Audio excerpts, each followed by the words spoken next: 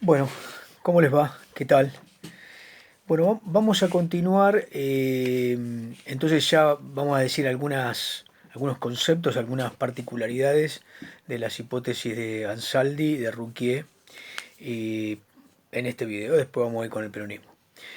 Bueno, en la trunca transición del régimen oligárquico o hegemonía organicista, como la llama Waldo Ansaldi, a la hegemonía pluralista o régimen democrático que le correspondió básicamente porque había un grupo de fuerzas un tanto heterogéneas en el radicalismo que después lo vamos a ver, pero en principio, digamos, el radicalismo aparecía como un movimiento generado con un partido que actuaba como tal, pero que con el transcurso de los años que van de 1914, 15, 16 claramente en adelante, se convierte en una estructura movimentista.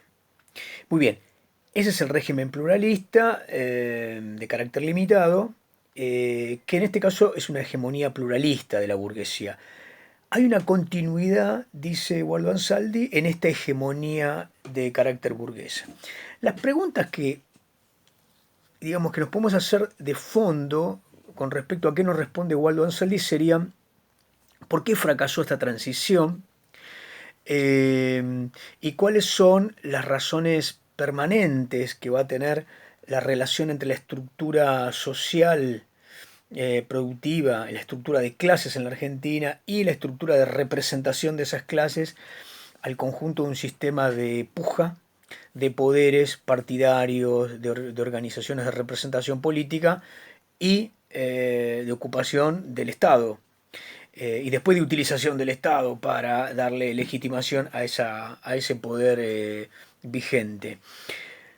Bueno, una de las cuestiones fundamentales que nos dice Waldo Ansaldi, como les comentaba ayer en la anticipación, es que uno tiene que tomar acá un parámetro genérico establecido para Waldo Ansaldi, en este caso por el sociólogo Ayub, respecto de que las democracias surgidas en general en los estados modernos y que tienden a la continuidad, a la estabilidad política y al desarrollo social en el marco del capitalismo, han dado como resultado una serie de movimientos que se pueden tipificar.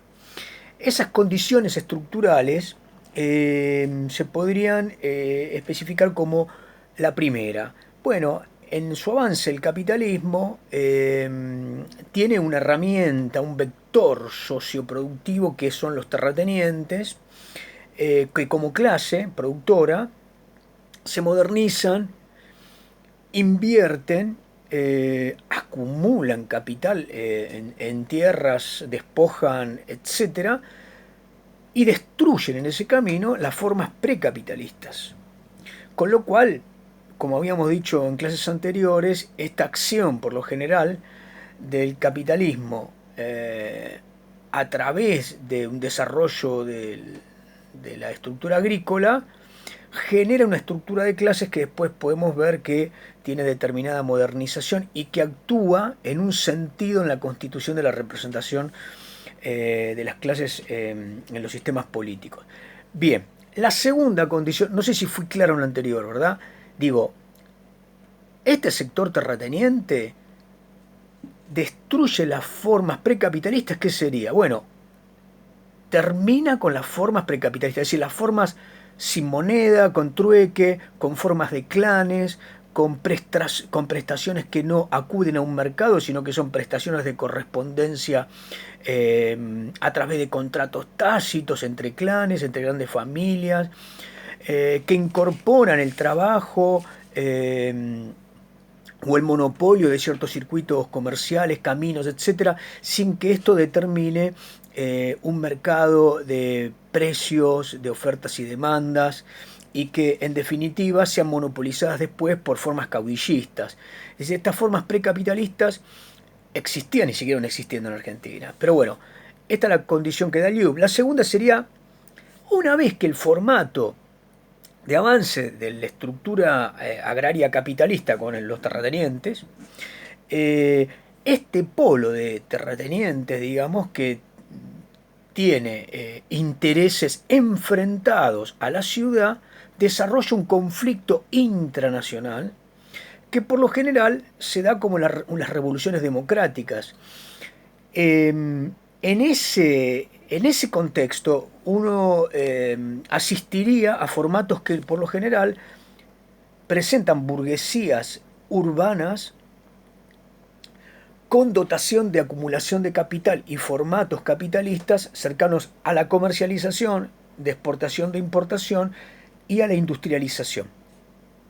Por lo general, los intereses de campo-ciudad generan conflictos y esos conflictos determinan posicionamientos y cambios en las formas estaduales y políticas. El tercero sería que en el proceso de este conflicto que se dan al interior de estas sociedades, digamos, o del proceso de las sociedades en su modernización hacia la democracia, recuerden que son condiciones o precondiciones para la democracia, se estaría dando en esa puja un desarrollo de instituciones pluralistas. Esas instituciones pluralistas, ¿qué significarían? Bueno, que del lado de la estructura agraria, como del lado de la estructura industrial, comercial, como desde la representación política, acudirían orgánicamente representaciones de carácter pluralista. Esto significaría que hubiese cámaras, cuerpos, organismos, que en general acuden a la relación con el Estado, representando todas las posiciones o la mayoría de los intereses. Del mismo modo, el Estado debería constituir instituciones más genéricas, el Parlamento, los tribunales, los distintos órganos de control, fiscalización, apertura, auspicio que el Estado genera hacia el mundo privado y que también genera como reglamentación hacia el propio Estado en sus estamentos inferiores. Bien, entonces estas condiciones de avance contra el precapitalismo, enfrentamiento o conflicto intranacional entre estructuras capitalistas urbanas y rurales y finalmente desarrollo de instituciones pluralistas desde el Estado al orden privado, etcétera, no se dan en la Argentina. No se dan. Por lo tanto, bueno, esto le sirve a Waldo Ansaldi como un formato, digamos, desde el cual tener un parámetro de mirada. Bueno, creo que ayer les había dicho que Waldo Ansaldi, de la misma manera que Ruquier, establecen que hay un grado de convivencia o de relación entre las estructuras de los componentes políticos en Argentina que tienen al caudillismo, la intolerancia, el faccionalismo, la intransigencia, finalmente el fraude electoral o después la intervención de las provincias, todos formatos que tienen una cultura política que, digamos, poco tiende a la democracia, es más, la enfrenta a la democracia como valores o como disvalores de la democracia. De cualquier modo, estas condiciones, digamos, de la historia argentina que se arrastran hacia comienzos del siglo XX, tienen una posibilidad de ser vistas en dos canales. Digamos, la democracia argentina en su propia constitución, porque nunca pensemos que estos cuadros son, digamos, totales, digamos, químicamente puros, es un proceso de cambio y continuidad, entonces hay mayoritariamente una lucha entre estas fuerzas atávicas, como les decía, el caudillismo, el personalismo, la intransigencia, el faccionalismo, tratar de destruir al enemigo, en fin, y el fraude como forma cabal de funcionamiento, pero paralelamente, digamos, existe un crecimiento en sectores de lo que podríamos llamar fuerzas democráticas. Entonces, nuestra democracia avanza en su crecimiento formal y de contenido con dos caras, es bifacial, dice Waldo Ansaldi. Por un lado, hay prácticas de tipo democráticas, él las llama mediaciones partidarias, es decir, establecer al marco de los intereses que acuden al Estado o al sistema político como representación, lo que llamaríamos hoy lobby, mediaciones de tipo formal, institucional, legal, es decir, acudan muchachos con sus solicitudes a través de sus representantes al Parlamento y en todo caso presenten un proyecto de ley, sería uno de los casos, ¿no? Bueno, o presenten la demanda ante los tribunales. Y la mediación corporativa. Esas mediaciones corporativas se daban al interior del Estado y desde, digamos, propios componentes del sistema político del Estado que tenían intereses que estaban regulados por el propio Estado. Entonces, digamos, esto es bastante de perogrullo, digamos, el modelo oligárquico se define en sí mismo por una clase que gobernaba para sí. Entonces, bueno, estaban instaladas estas mediaciones de tipo corporativas. Muy bien, dicho esto, uno podría decir, de cualquier modo, estamos diciendo que hubo una trunca resolución, pero que se inició esa resolución hacia la transición democrática. Es decir, el problema de un régimen, digamos, organicista de carácter de partido único o de limitada base con fraude, como era el régimen oligárquico de república aristocratizante o oligárquica, esa república, digamos, de alguna manera, por una crisis al interior, entrega una ley o varias leyes con las cuales hay una transición. Ahora, lo que dice Waldo Ansaldi es, no hubo crisis de Estado. Esa estructuración política, como decíamos en el video anterior, se dio en el marco de una continuidad. Entonces, esa continuidad, al no llevar crisis de Estado, está de alguna manera demostrando que no hay un cuestionamiento a la matriz de dominación social que habíamos dicho, reiteramos ahora. Esa matriz de dominación viene de una burguesía que está instalada en el desarrollo del capitalismo dependiente. Ese desarrollo del capitalismo dependiente tiene una estructura de clases. Por ahora, para avanzar, porque, a ver, pie de página, a mí ni a Fernando nos interesa ahora que ustedes reconozcan todos los condimentos fácticos, coyunturales que dan lugar a ese capítulo de Waldo Ansaldi que explica 1916 a 1930. Lo que nos interesa es esta hipótesis que desarrolla elementos estructurantes de la historia argentina en términos de la democracia y su relación con la estructura de clase. Entonces, yo voy a explicar algunas cosas genéricas, digo, el radicalismo, los partidos, pero hablemos de la cuestión estructural más que coyuntural. Entonces, el desarrollo del capitalismo dependiente tiene una estructura de clases. Después vamos a ver con esa estructura.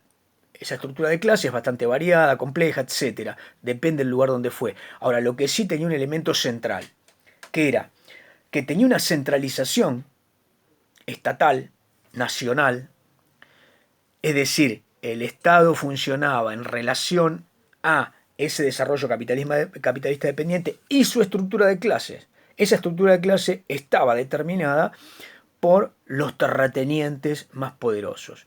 Esos terratenientes más poderosos tienen una alianza fundamental con el capital extranjero. El capital extranjero imperialista, como ustedes quieren, es aquel que había invertido en buena medida y a través del cual se movía esa maquinaria productora, exportadora. Hay una serie de elementos, ¿no? Esa estructura de clases que tenía que generar una lucha, una puja, una crisis con los sectores urbanos que tenían una dinámica distinta de acumulación de capital, no se dio. En parte, se podría decir, como dice la hipótesis de Waldo Ansaldi, de que el capitalismo imperialista, es decir, ese capital externo o extranjero, invierte desarrollando una industria y agregando valor a buena parte de las materias primas creadas o producidas por esa clase terrateniente de la cual es aliada y de alguna manera obturando la crisis que tenía que desarrollarse con la burguesía que había acumulado capital en términos nacionales. Llamémoslo ahora por ahora incipiente burguesía nacional. Después vamos a ver si existía esta incipiente burguesía nacional y en qué medida. Ahí tenemos un rasgo muy problemático de toda nuestra historia económica y de la relación de la historia económica con la historia nacional. No sé si fui claro, de nuevo. El capital imperialista se vincula como principal aliado con los terratenientes. Hay una estructura agraria y una estructura de clases. Eso tiene una centralización en el Estado. Ahora, la segunda parte, que sería, además de que el capital agrario barra las condiciones precapitalistas, el segundo, que era enfrentarse con el capitalismo de la ciudad, queda inhabilitado porque en realidad buena parte de la industrialización se da por una inversión también extranjera en buena medida que se ocupa de agregarle valor a las materias primas que su propio aliado terrateniente genera en estas tierras. Por lo tanto, de la estructura agraria no aparecen en su estructura de clase elementos nuevos ni rupturistas. Digamos, hay un crecimiento, derrama ese crecimiento a una estructura plena de prosperidad, pero donde el verdadero motor y la verdadera alianza está dado por los inversores extranjeros y nuestra clase, digamos, dominante. Esa clase dominante también funciona con una estructura de pensamiento ideológico, digamos, y liberal, pero ese liberalismo solamente funciona en lo económico. En lo político, digamos, lo que generan son mediaciones corporativas de status quo, es decir, de no modificación, de no alteración. El radicalismo viene a insertarse como una burguesía pluralista que acepta esta condición. Entonces la estructura agraria, comillas, esa democracia agraria, continúa sin que haya rupturas.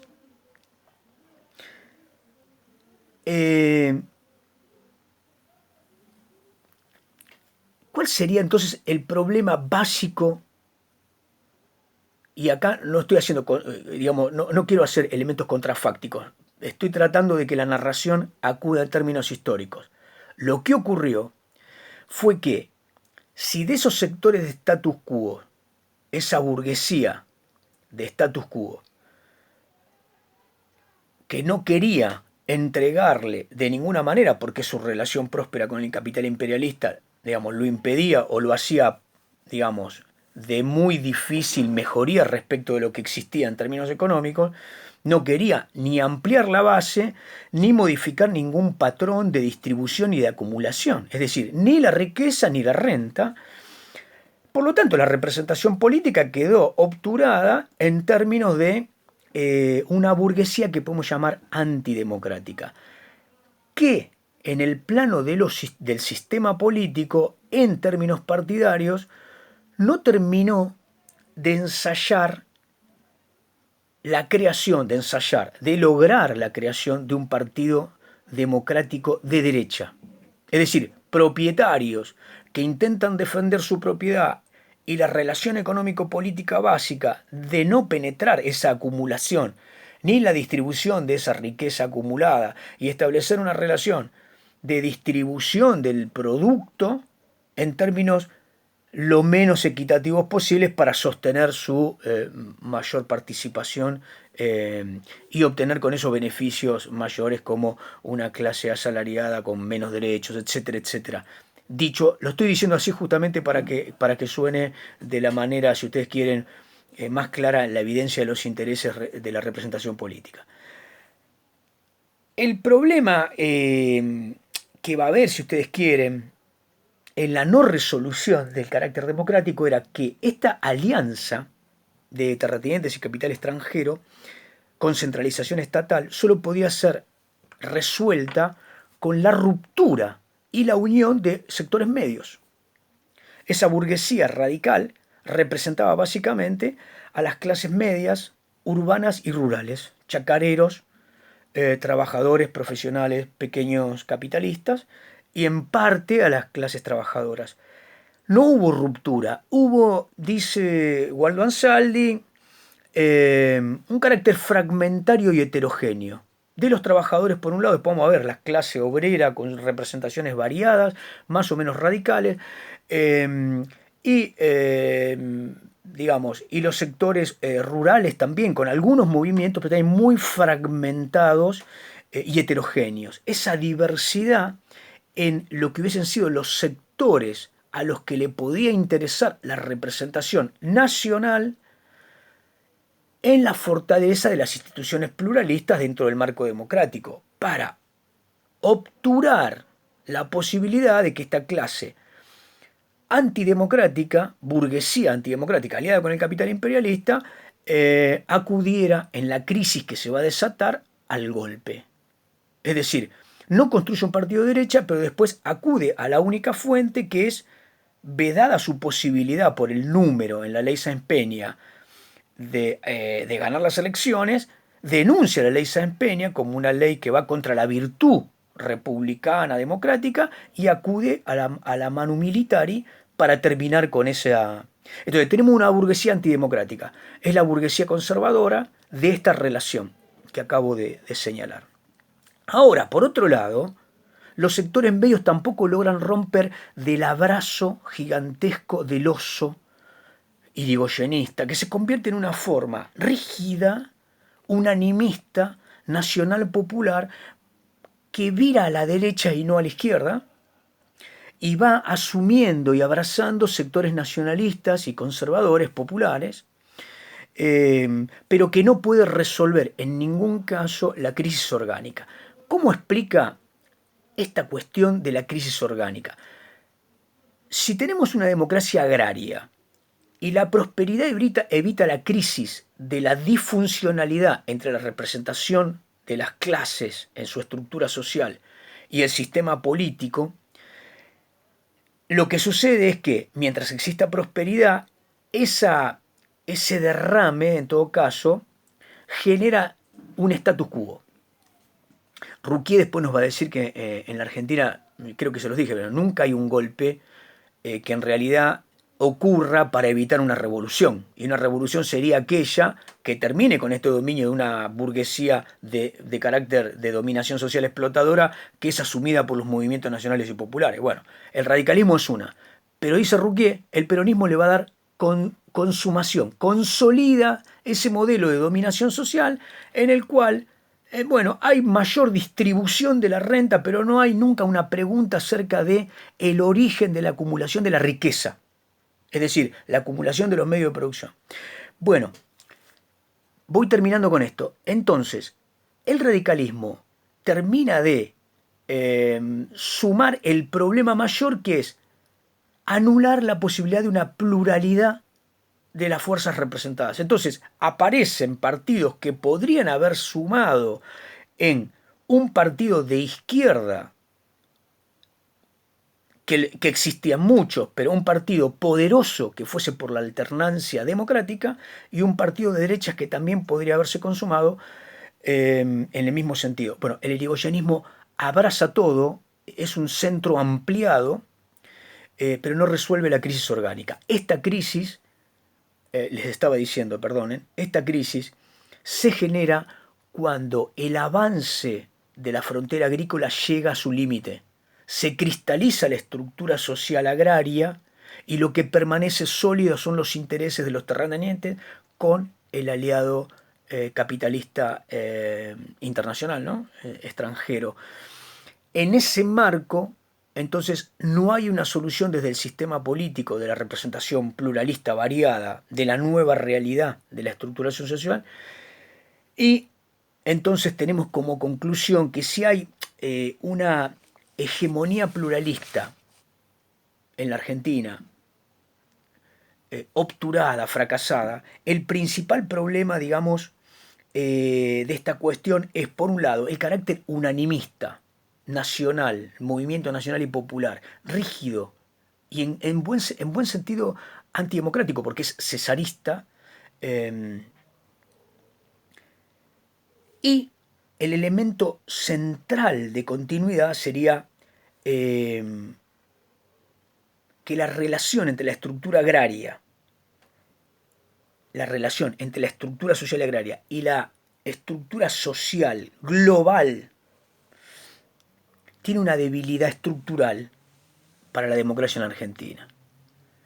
Entonces, tenemos básicamente, para decirlo fácil, un país estructurado centralmente en el Estado, unido al campo, como productor de divisas y como principal dinámica económica en el periodo que va de 1880 a 1916, y esa estructuración social de una burguesía antidemocrática no termina de generarse como una representación de sectores medios que se unen entre la ciudad y el campo para establecer un camino que obture la posibilidad de la burguesía anticapitalista.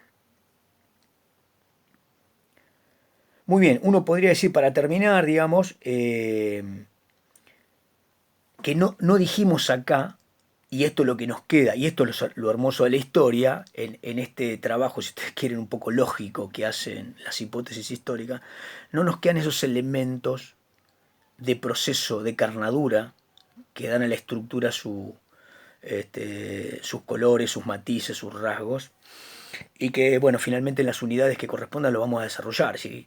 ¿Qué era el irigoyenismo? ¿Qué era el socialismo? ¿Qué proponían? ¿Por qué no se unieron? ¿Por qué el Partido Demócrata Progresista u otros? Etcétera, etcétera, etcétera. Muy bien.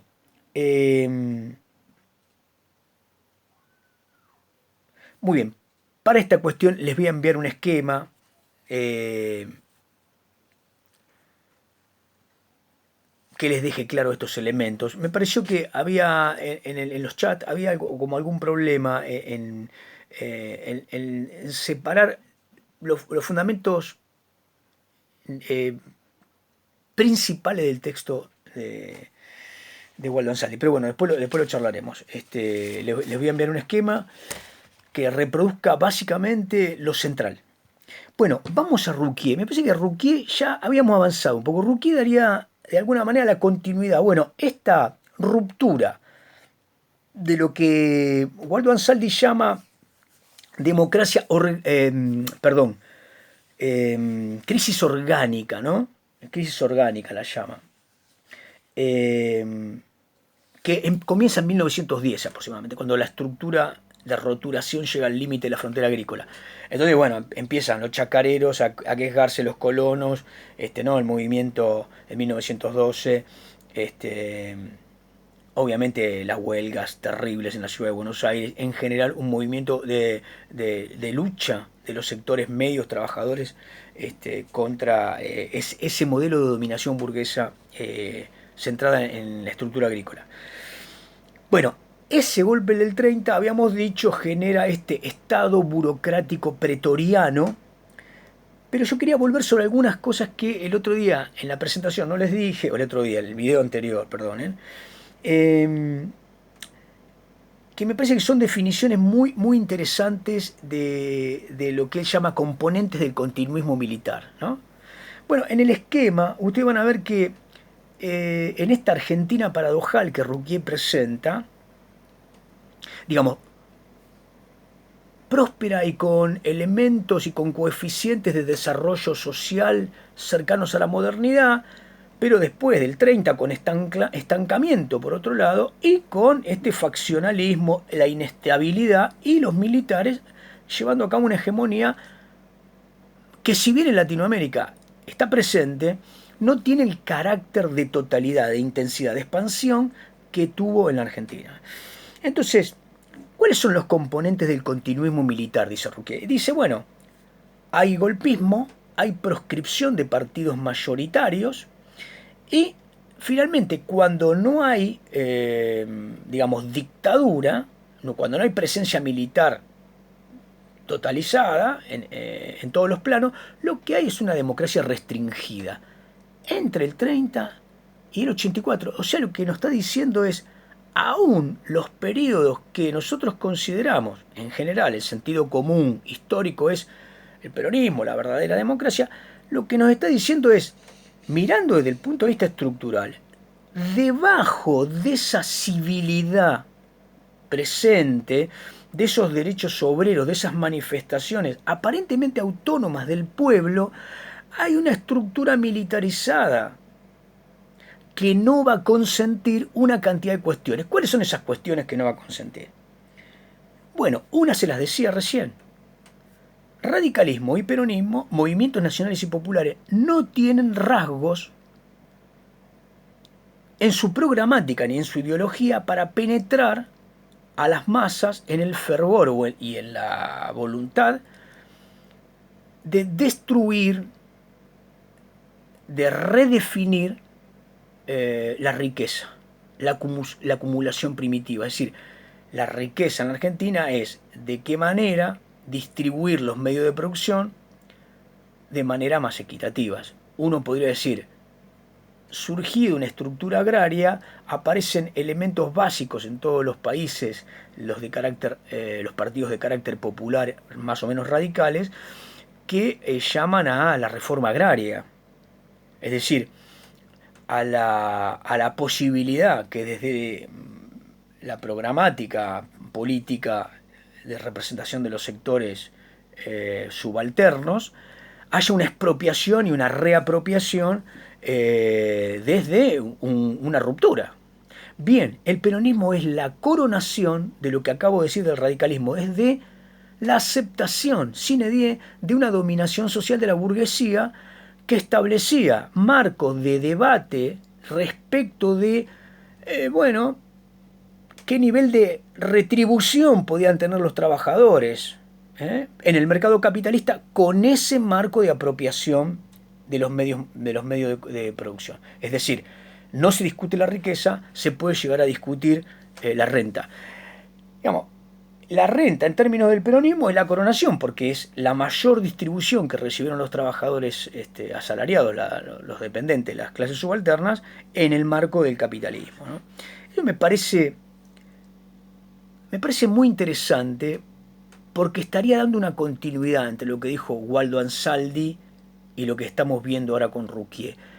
Esa crisis orgánica de la posibilidad de una democracia abierta a la representación de los sectores medios no se dio, se obturó en el 30 y una vez obturada le dio al continuismo militar la posibilidad de establecer los gobiernos que surgieran del seno militar, que fueran tutelados por las fuerzas militares, o a los propios militares intentando alguna redefinición de la nación. Entonces, me parece que del esquema que hicimos con Fernando, sería muy bueno pensar esto. Dicho todo esto anterior, llamemos a esto que acabo de decir el status quo. El status quo de la dominación social burguesa, ahora con una hegemonía sustitutiva por parte de la estructura